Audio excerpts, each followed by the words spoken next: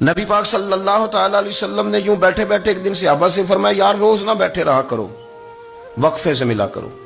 کچھ لوگ زیادہ ساتھ رہنے لگتے ہیں تو ادب نہیں نہ رہتا، ان کو احساس نہیں ہوتا کہ میں کیا کر رہا ہوں۔ تو نبی کریم صلی اللہ تعالی علیہ وسلم نے صحابہ کے مجمع پہ نظر ڈال کے فرمایا، حضور فرمانے لگے روز نہ ملا کرو، وقفے سے ملنے سے محبت بڑھتی ہے۔ حضرت صدیق اکبر بھی مجمع میں بیٹھے تھے، وہ بھی 3 نمازوں میں نہ آئے تو پیچھے ہی نماز پڑھ کے چلے گئے۔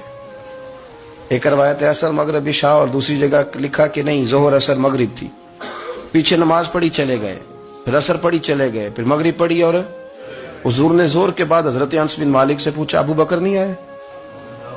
پھر عصر کے بعد پوچھا ابو بکر نہیں آئے؟ پھر مغرب کے بعد پوچھا ابو بکر نہیں آئے؟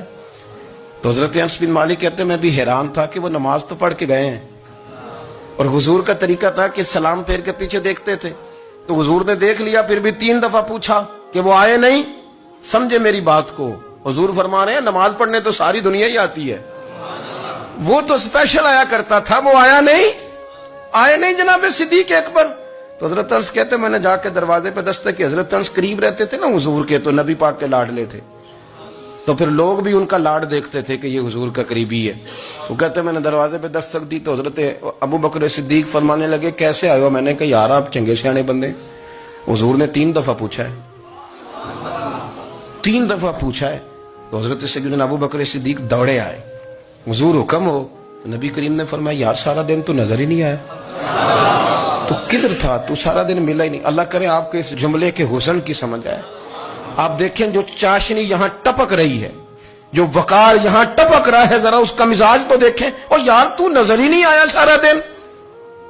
تو حضرت صدیق اکبر کہتے ہیں کوئی بات بھی نہیں تھی پر میں رو پڑا۔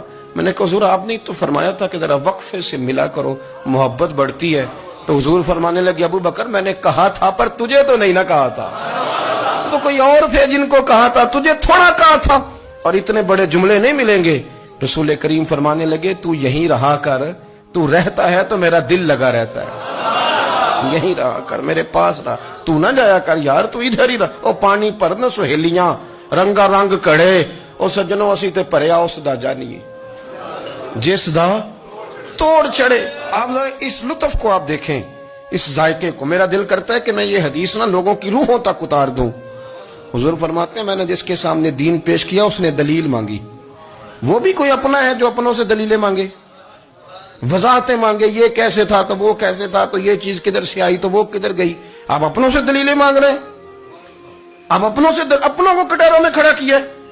حضور یہ نہیں فرماتے کہ دلیل تھی کوئی نہیں، فرمایا جس نے مانگی میں نے دی دلیل، اور لوگ دلیل دیکھ کے مسلمان ہوئے۔ حضور فرماتے ہیں لوگوں سنو یہ میرا ابو بکر ہے، میں نے اسے کہا کلمہ پڑھ لے، اس نے دلیل ہی کوئی نہیں مانگی، فوراً ہی کلمہ پڑھ کے مسلمان۔